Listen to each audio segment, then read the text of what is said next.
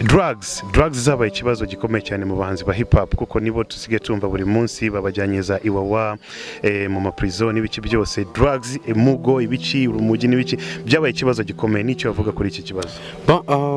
Ndagira ngo nkubwire kuri project dufite natekereje ndi Mageragere ahantu narindi ntago hari ahantu heza ariko nabonaga aho hantu hahora hinjira abantu buri munsi ariko ugasanga ni urubyiruko mani urubyiruko ruhora rwinjira hariya buri munsi kubera iki ibyaha bakoze ibyaha urumogi mugo ibiki drugs ibiyobyabwenge ndagira ngo nanabikubwireho neza hip hop ntago ari urumogi hip hop ntago music ntago ari urumogi hip hop ntago ari mugo hip hop ntago ari ukuyobya ubwenge hip hop ahubwo ni ugutekereza cyane kandi wayobya ubwenge ntiwatekereza.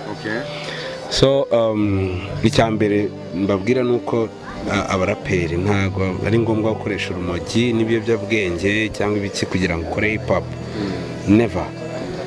Ikindi iyo projet rero naravuze nti nk'abahanzi nk'umuhanzi ni iki twakora ni iki nakora kugira ngo habeho guhagarika ibi bintu koza urubyiruko niba bwinjiramo abantu 100 barinjiye cyangwa se 10 barinjiye ariko 90% ni urubyiruko kandi barazira ibiyobyabwenge kwiyobya ubwenge. U Rwanda rw'ejo ruzaba rwarayobya ubwenge. So ni iki twakora koza abafana bacu man 90% ni urubyiruko. Ndavuga nti reka dutanga umusanzu nimva ahangaha tuzagerageza uburyo ubwo ari bwo bwose turwanya ibiyobyabwenge mu buryo bushoboka ubwo ari bwo bwose. Rero hari ibyo naganiyeho na Badrama yabyumvishe neza n'umugabo understanding kandi yarambwiye ati wow icyo gitekerezo nkunze kandi numva koko cyasavinga society nyarwanda urubyiruko cyane cyane. Dufite urugendo tuzahura tuzatangira Nyamirambo ariko tuzazenguruka mu Rwanda hose. Nyamirambo urahazi ko ariho nyine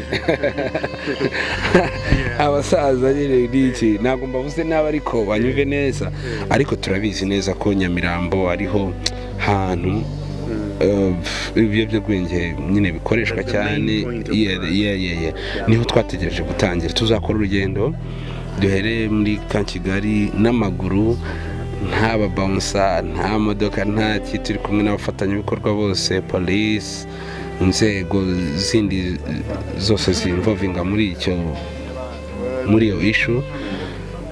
Tuzagenda tuzamuke urubyiruko turi abahanzi hazaba setinze umuziki dukubita umuziki twishime habe entertainment ariko nyuma yaho hagati tuzavuga tuzagerageza tuganire n'urubyiruko ntago rukunda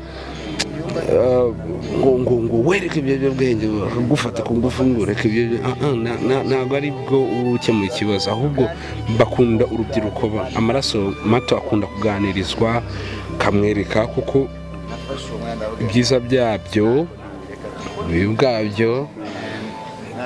ubwiza bwo kubireka kuko hariho ababiretse twabonye babaye abantu b'abagabo biteza imbere harimo n'ababinywa babaye abantu b'imbwa aho ngaho. I'm sorry to say that hari n'abatarabikoresha ariko bashobora no kugwa muri uwo mutego babashutse bavugira ati yumwe ku rumogi umvume. Iyo project izatangira ryari? Bone muri kuno kwezi uku kwezi turakora ruriya rugendo n'urwibanze ariko tuzagera mu gihugu hose kugira ngo urubyiruko tujye twicarana tuganire dukubita umuziki ariko habeho no kuganira ababyeyi bazi bavuge abana bazavuga ibibazo bafite impamvu bamwe ibyo bimogi n'ibiki hazi n'abandi babinyweye bakabireka kubera ibibazo bari barimo ariko biteje imbere. Iyo abo bantu bahuye hari ikintu kivamo kandi batubona nk'abahanzi bambwira ati Bakti kugira ngo abe Bakti ntago uzaba umunyamakuru mwiza nk'urumogi ntago bishoboka. Uzaba warafite ubwenge ntuzagera hariya ntago uzaba president ntuzaba minister ntuzaba uwo ushaka kuba. Power play harimo ibintu byinshi harimo za ruswa harimo ibiki ibintu byinshi cyane ariko twebwe ntago dufite ikibazo. No mu ndirimbo yanjye nigeze kubivuga ngo ushobora kuzimya radiyo yawe cyangwa ukanga kunkina hariya, ariko umukozi wawe agahita acana radiyo ye akayumva. So nta limits dufite, icyo tuvuga content dufite niyo yibanze, ahubwo simbona power play nk'ikibazo, kuko tuzanashingana na hip hop radios, hip hop TVs tuzazishinga rwose. Ibyo nibyo tugomba gutekerezaho nk'abaraperi. Ntabwo tugomba kuvuga ngo power play meze nabi, barakina ba Meddy, ba The Ben, King James, Knowless, ariko ntibakina hip hop. No, ibyo birahari, ibyo byose turabizi birahari. Hari n'amaradiyo amwe avuga ngo hip hop ntabwo tujya dukina hip hop.